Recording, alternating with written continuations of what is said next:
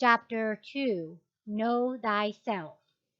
Friends, we are going to take up here what has been shown and proved in over 60 years of research work. We have the scientific proof today that every function, everything in this whole universe is divine. Name that divinity what you will. The greatest name is the word God. Why? We can show you today that the word vibrates at the rate of 186 billion beats a second, and we know people capable of intoning that word. But the beauty of it is the moment that you realize that vibration, you are that vibration every time. Now it is established in every form. It isn't just your form or the form of anybody else. It is established in everything, and were it not for that divinity, we are proving today that we couldn't take a photograph. There wouldn't be a form in this room that we could photograph today if it were not for that divinity. Now, we have absolute proof of that. Then why say that I'm not divine? You just leave the not out of that and see what difference it will make. I am divine, and there's the truth about yourself. The untruth is I am not divine. The truth is I am divine. Complete the saying and carrying right through God I am. We make those statements for the very reason that we know today. You have been told that, yes, but what someone else tells you, you may take with a grain of salt.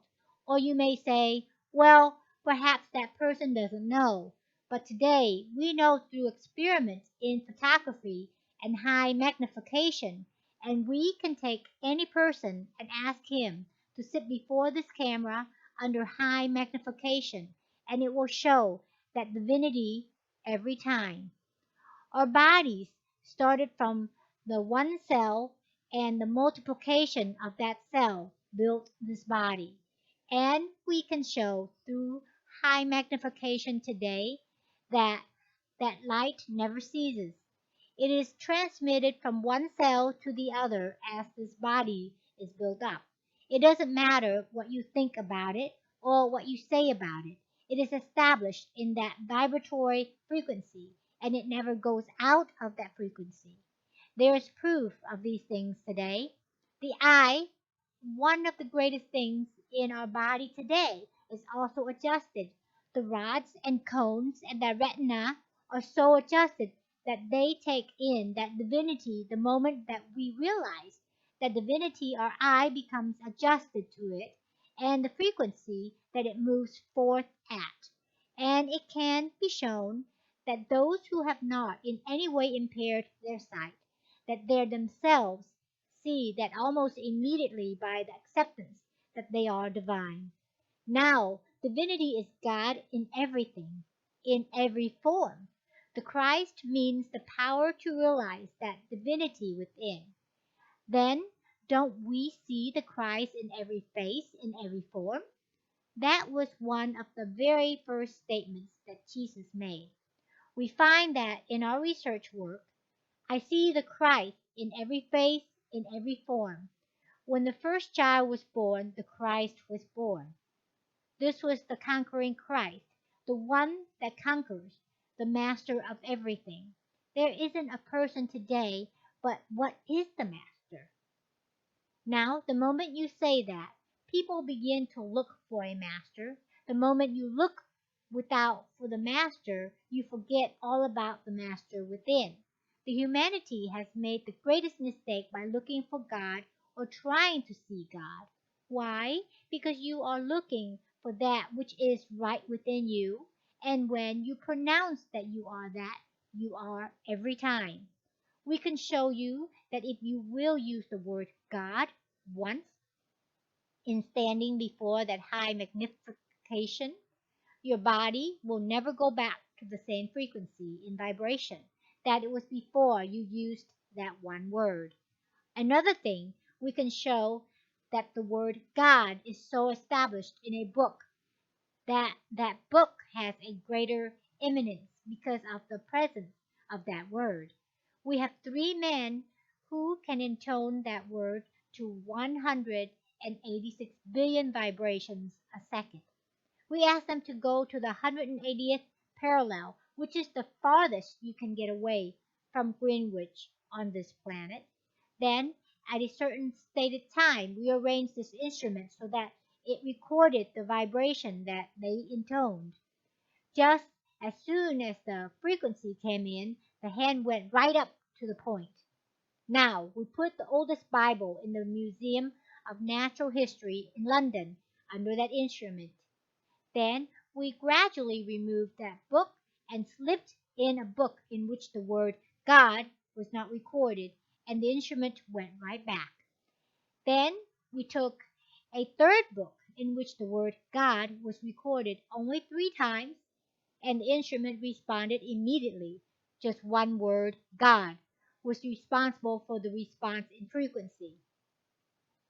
If it will do that to an inanimate thing, what will it do to your body form by the positive use and acceptance of the word God? With the voices of 3 men intoning the word God at 186 billion vibrations a second, the graph goes across a 30-foot film. Then, with the same man in the word Jehovah, it marks only about 5 inches on that same film. Why? The moment that you use the word God with understanding and belief and knowing, you are setting up the greatest vibration that is known today. And the vibratory influence collects substance. And the moment that you put on your thoughts and a condensation of that substance is yours, and in fact, to put it forth in the right order, you can't keep those things from you. Now that is what belongs to everyone, every good thing that they can use. You set up that vibratory influence, and it manifests here and now.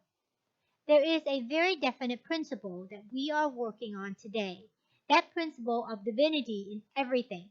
This has been proved by our camera taking photographs of past events.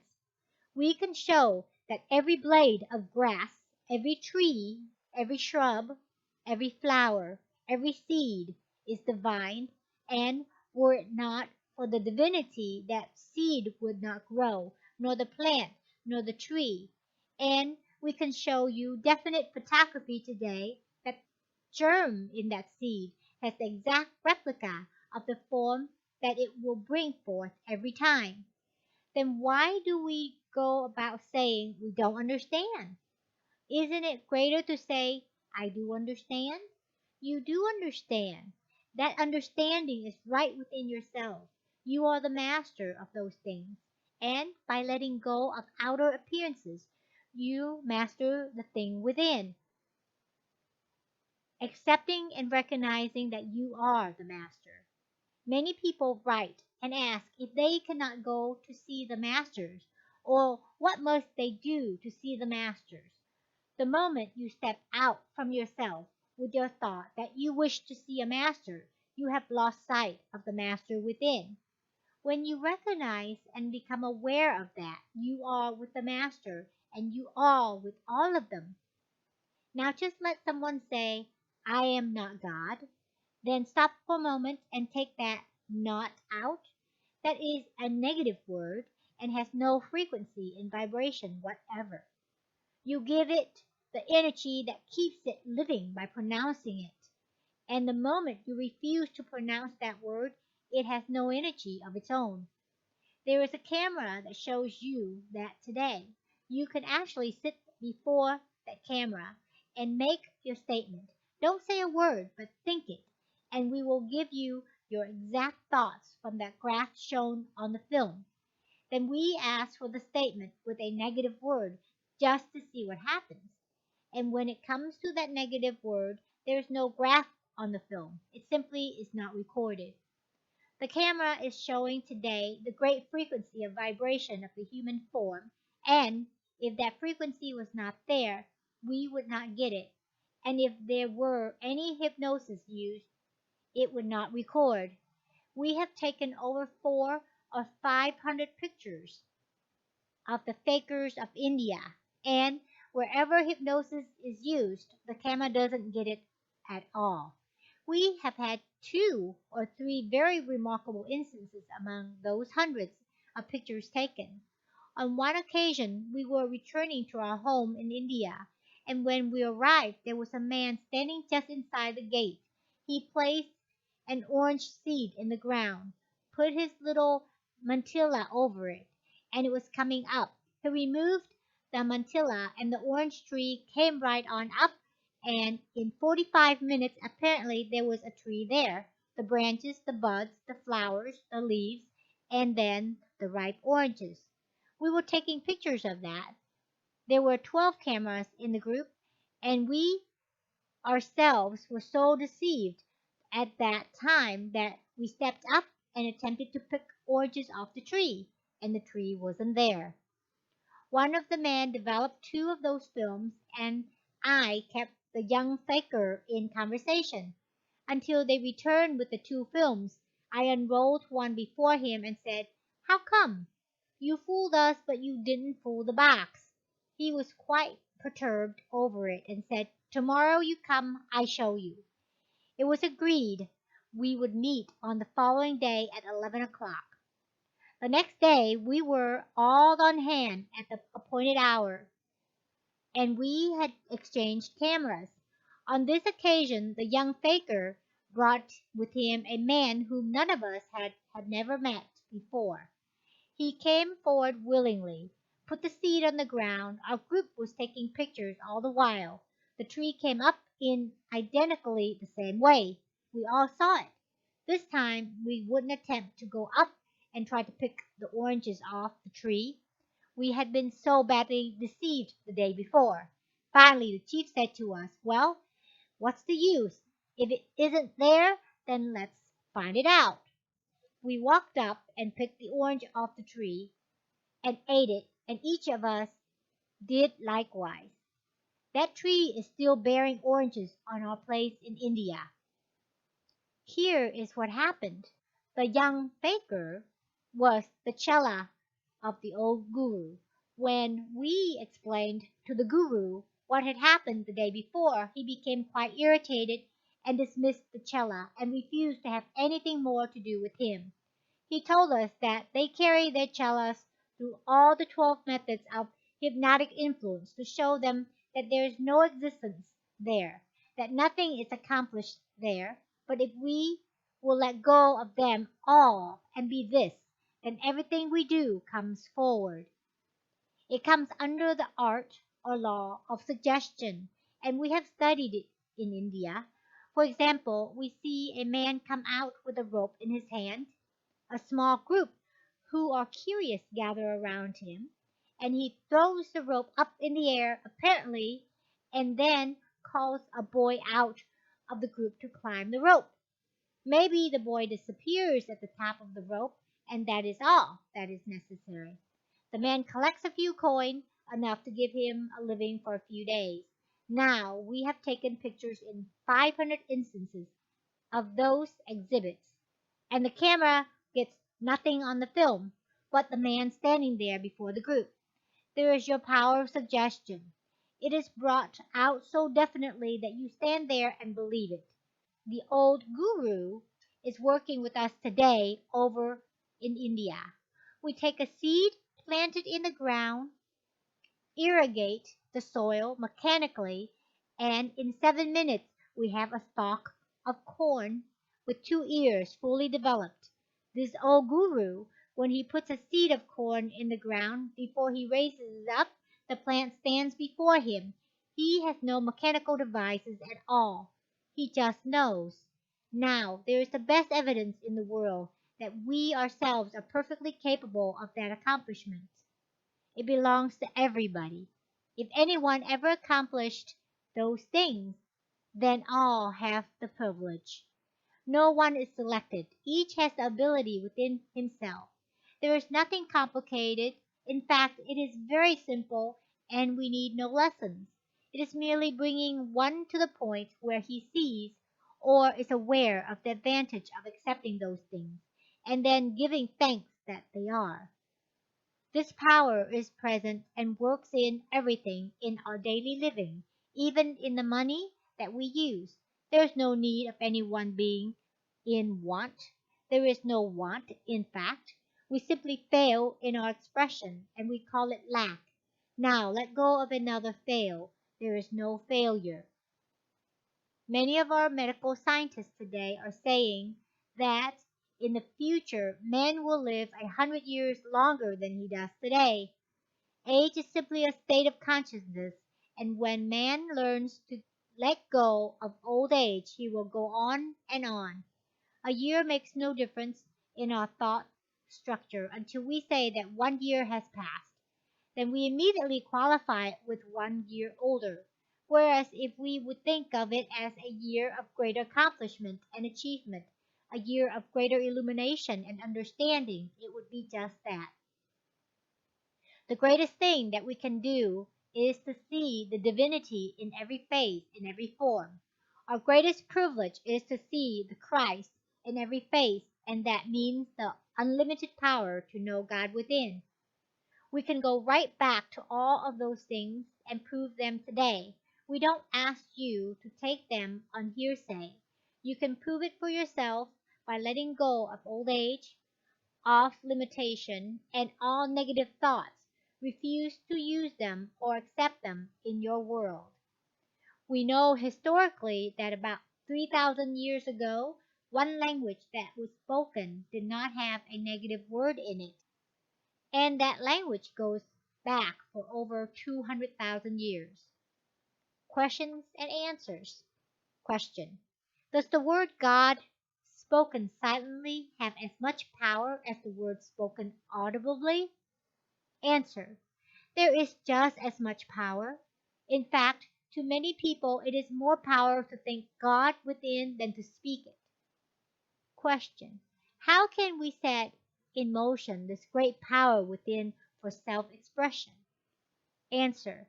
Simply by knowing that power is yours. You are the supreme power. You are the supreme wisdom, and the moment that you accept that, you set the energy free, which shows you that you are free from any limitation whatsoever. Question. Will there be a great destruction on this planet before there is universal peace? Answer. The destruction is what we put on ourselves, the thoughts that we put out. Now, supposing we all refuse to use the word destruction, would there be any? Not at all. Question. What holds back the knowledge of the great masters from readily spreading throughout the world? Answer. It is our own fault. Nothing else can hold us back. The moment we accept and know that we are as they are, and always have been, why, it will never be held back at all. Nobody can hold it back from us but ourselves. Question. Is hypnotism trespassing the law of subjugating a man's will? Answer. Hypnotism has been generally conceded to be a very detrimental thing to use on human form or human brain. Chapter 3. Is there a God? Is there a God? We have that question asked more often than any other question today. Science has given a great deal of attention and thought in recent years to this subject and is really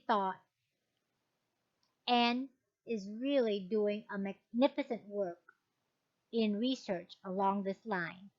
The research was suggested by a group of medical scientists, and it has been progressed for several years now. Of course, there is a very great determination that there is a great principle back of all experiences. This goes back so far that all continuity of it has been lost through the ages. We are coming to realize that it has always existed and does exist today, and nothing can move that principle out of absolute law and order. The greatest question humanity has asked and is still asking is there a God? From an orthodox point of view, it is accepted in faith that there is a God, a divinity called the Father of man. In this way, we are speaking for the great division of humanity, yet in no way satisfied with believing on faith alone.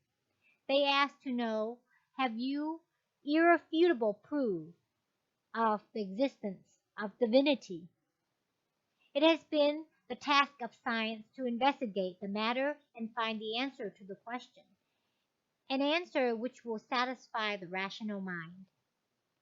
Through scientific investigation in recent years, it has been discovered that there is a universal force, which is also termed a universal energy, a primal energy pervading the entire universe and filling in infinite space. Today, we are finding that the energy that the principle manifests is greater than the atomic bomb.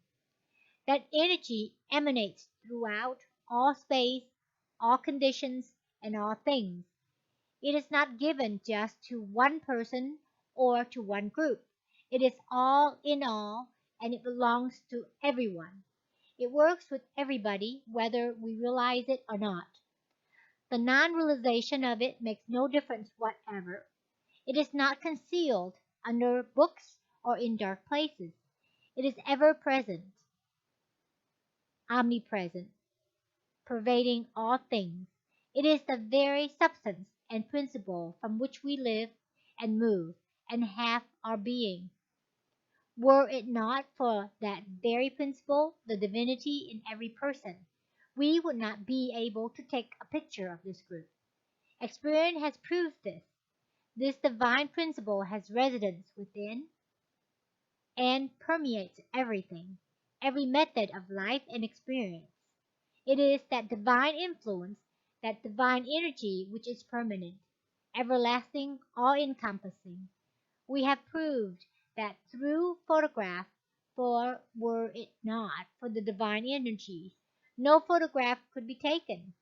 The pictures recorded it on a film are simply the emanating vibrations coming from the object or person of whom the picture is taken. This is proof of the divinity within each form. If we seek that divinity from without, we fail to find it, for we are looking outside ourselves for that which is as near to us as our hands and feet, as close to us as our heart, right within us. If we will go within, we will find divinity in all phases. Then why waste our time searching without for God? It is the same with the masters or elder brothers. They are right here within every form. They are as near to us as our heart.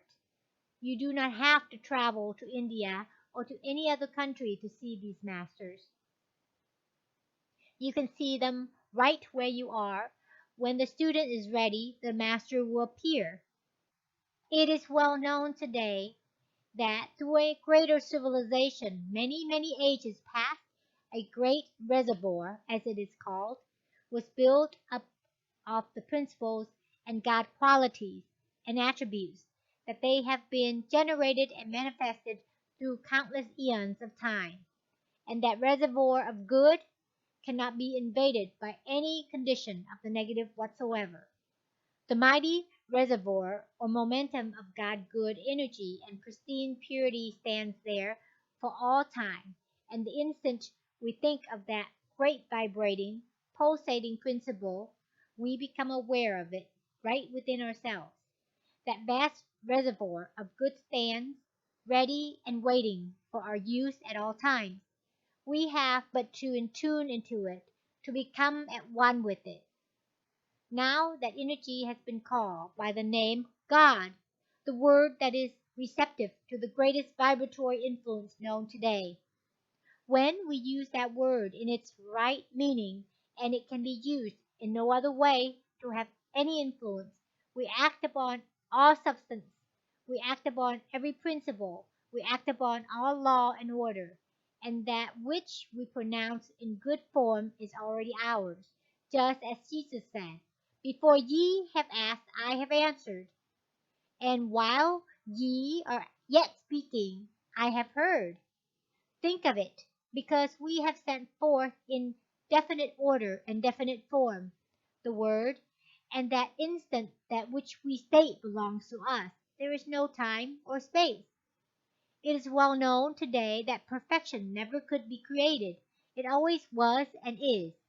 If we think through our expression to create perfection, we go outside of ourselves completely, because perfection is already created and is here and now.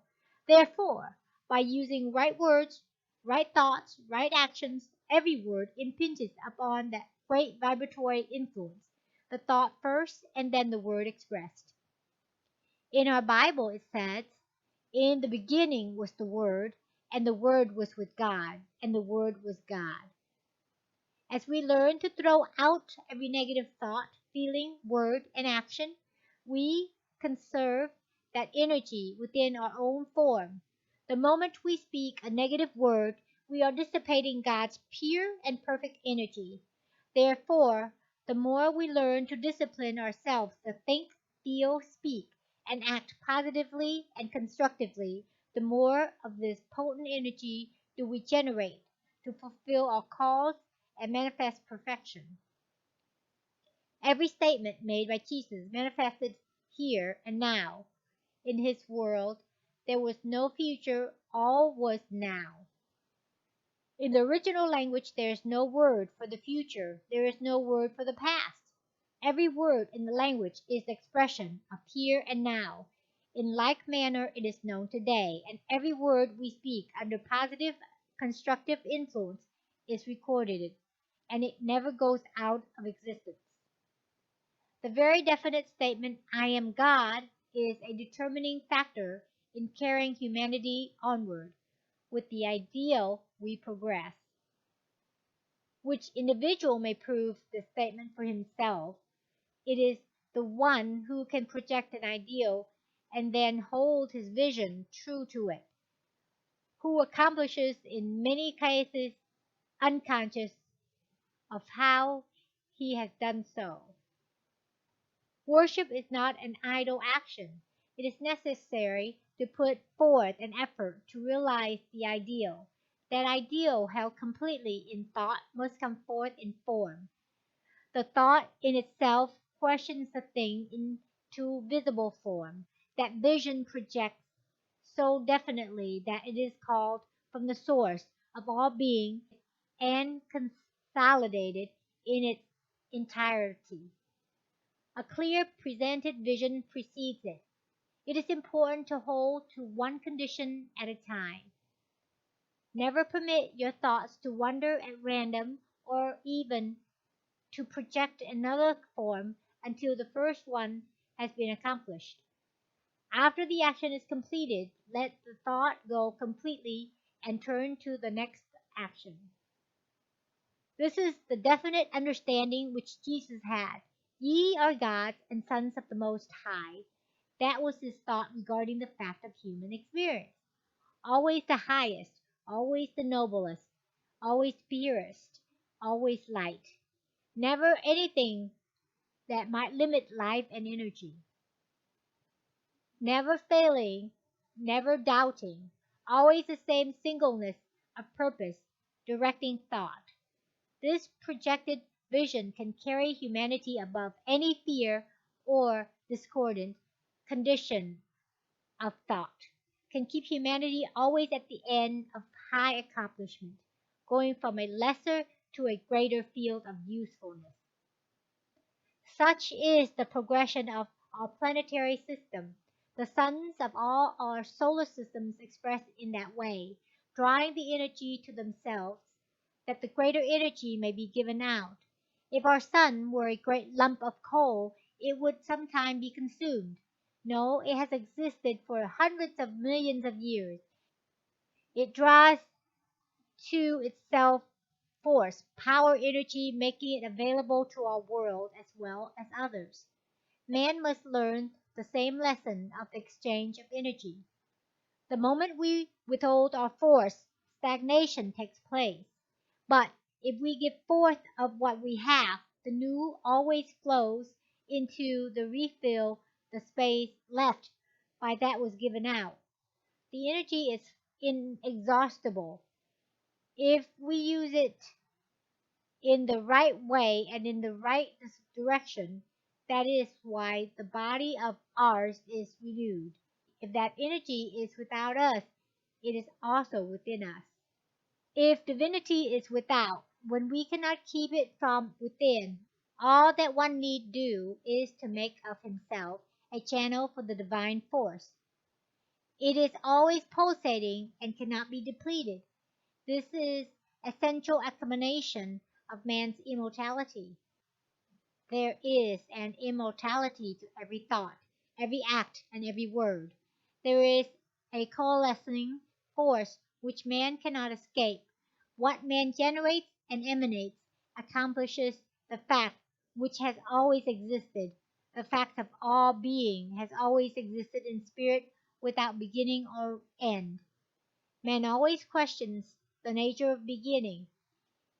It is not easy to conceive of anything without an origin.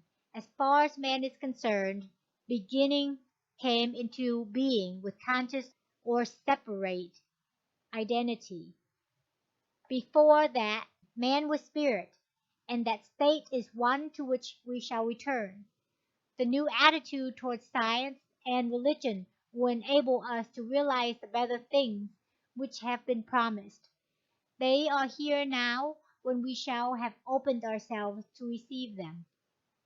God is in no way the form of human being. God is the supreme intelligent power that permeates every form and every atom of the whole universe.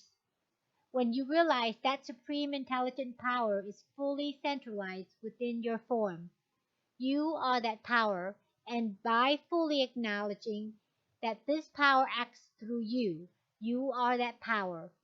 Each and every individual has the ability to be that power.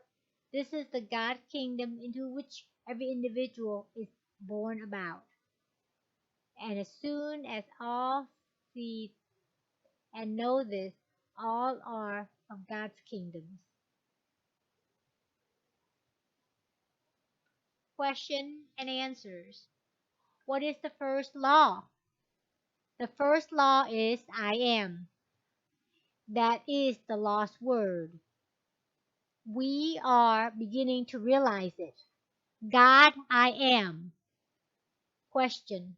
I should like to know more about the I am as the masters presented it to you. Answer. I am is the second word in the language. It means the complete acceptance that you are God. God is I am. The word God is the first because of its greatest vibration, and then your acceptance is I am. Question. What is the Holy Ghost? Answer. The Holy Ghost means the whole of the I am spirit in complete action in every form. Question. How does one bring forth the Christ? Answer.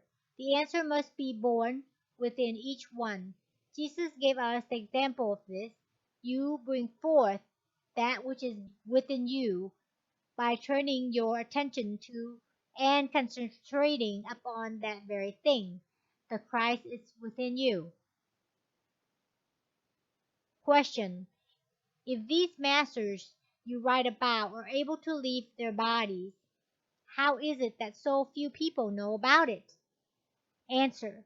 Because the people don't believe it. They do not leave the body. That is an expression which is used so that it can be understood. They take their bodies with them. Question. Have you ever contacted Saint Germain? Answer. We know of Saint Germain and know of his life. It was a great life. No one knows that Saint Germain ever went through death. My adopted brother and I had an interesting experience in this connection. He was engaged in a great government engineering project in this country. After he left that, Paris cabled him to come over there. They had under advisement the draining of the great swamp back of the city of Paris, and making a fertile country for gardens.